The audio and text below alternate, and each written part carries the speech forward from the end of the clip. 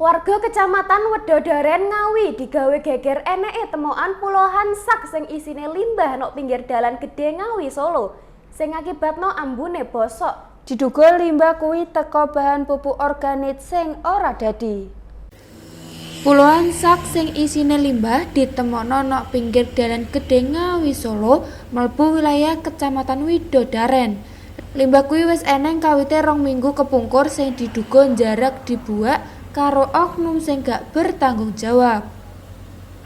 Agung Reskina Pramisti, anggota DPRD Ngawi ngaku kawite enek masyarakat sing sambat teko limbah kuwi. Sawise dilakoni koordinasi karo pihak Dinas Lingkungan Hidup DLH karo pihak Perhutani kanggo njaluk izin gawe bolongan karo ngubur limbah kuwi.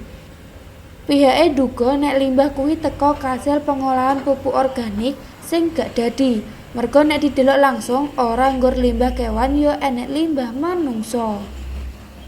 Sauntara kuwi fungsional pengawasan ahli modal lingkungan hidup DLH Ngawi, Anik Krisnawati jelasno, gawe nindak lanjut teko proses pembuangan limbah kuwi saliyane dikubur karo petugas yo disemprot desinfektan. Secara ketentuan kanggo mbuat limbah kaya kuwi kudu lewat instalasi pengolahan banyu limbah utawa IPAL.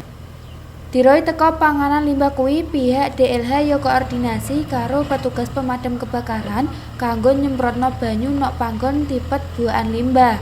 Tindakan kuwi dilakoni ben ora enek ambu sing badhek meneh. Kondisi dalan Ngawi Solo sing gak padhang diduga dadi panggo oknum sing gak bertanggung jawab kuwi gawe mbuak limbah utawa sampah.